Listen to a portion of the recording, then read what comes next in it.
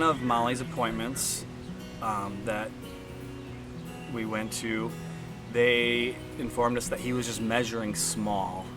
So they wanted us to go to a specialist. I can't remember the name. So we saw a doctor up here right at St. Luke's, I don't know, probably 3 or 4 times. And they never really seemed too worried, just always that he was small. He's small, he's short, or his bones are measuring short. We always called him our little gymnast then. Never thought much about it.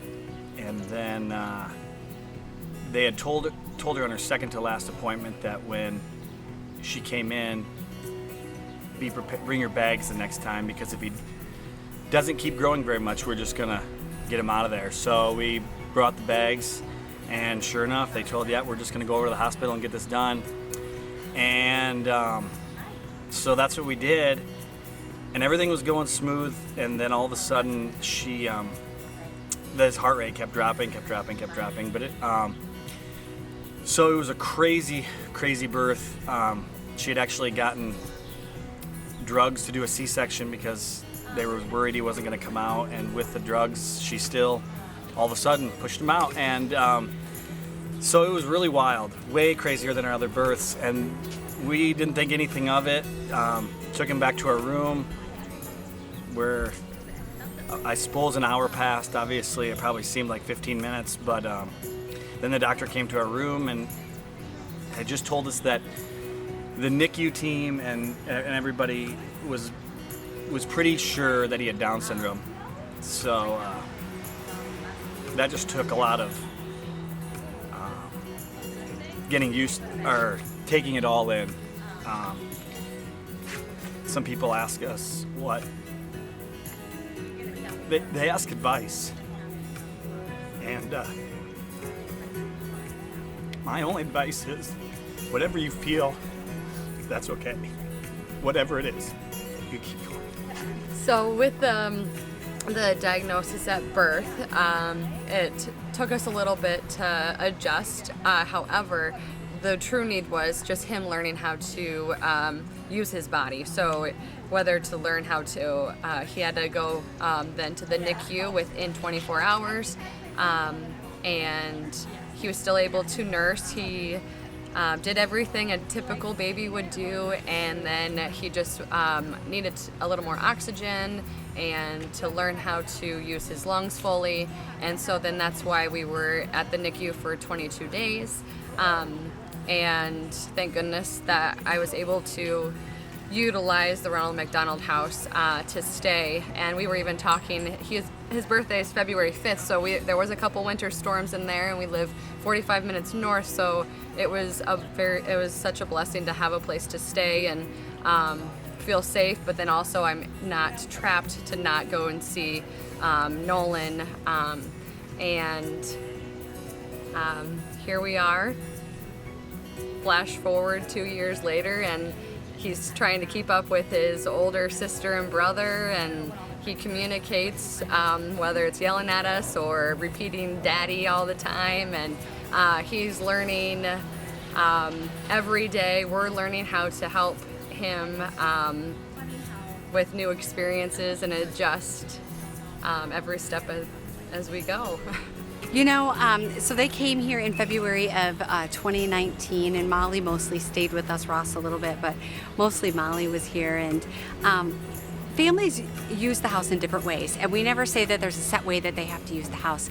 For Mollie, it was a place to rest when she needed it, but it was really an escape from the hospital when she needed it as well, an escape from that beep, beep, beep, beep that you hear in the NICU all the time, and a place to shower so she could feel more like herself and just feel refreshed and ready to go back to the hospital and be there for Nolan when he was there. So, while we did provide all of those other things to her, I think that was her big thing that, she always mentioned and said that she took away, was that refreshed feeling that she felt when she was here, having a few extra people that she could talk to, maybe people that weren't medically minded but just could at least hear her out and the difficulty that she was going through. And that's what we're here for, is that comfort and care, just to be that support role, to give them what they need, to provide hygiene items if they didn't have them at home, or bring them with them, and a place for them to take that hot shower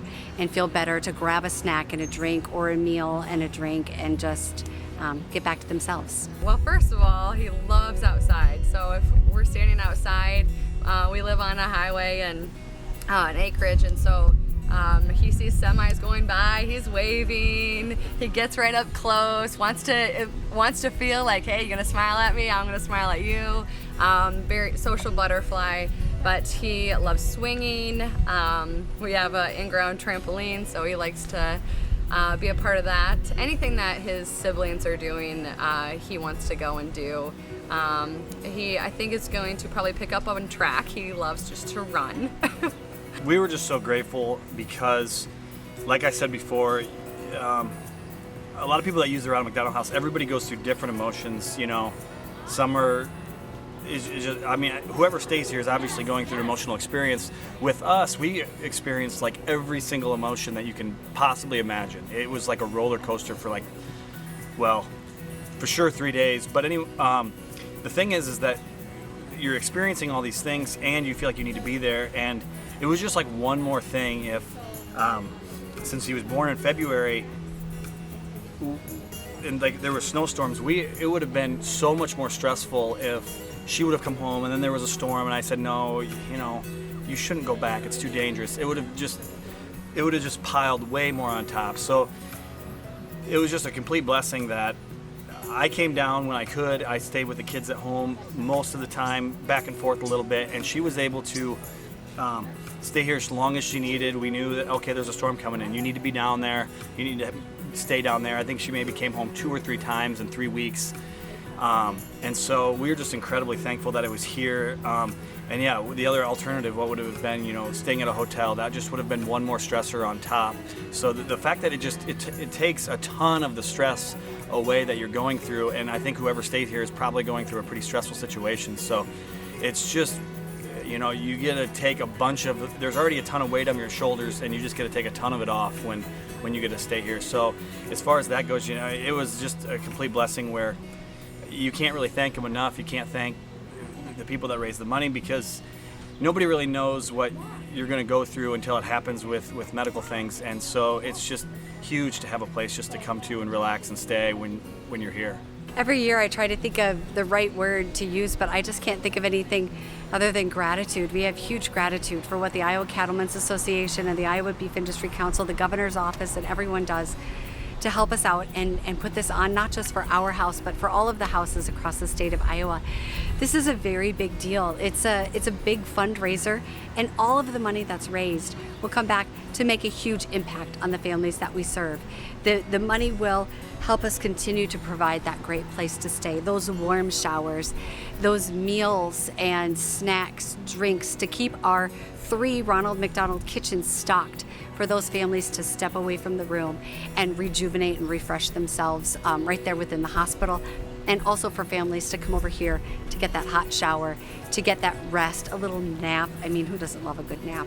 And you feel better afterwards, and we send them back refreshed and ready to take care of their kids. So that money is huge for us. It makes a big difference in allowing us to continue that and to grow each year. We've grown every year, and the fact that we're able to count on this money from the Iowa Governor's Charity Steer Show is a part of that growth.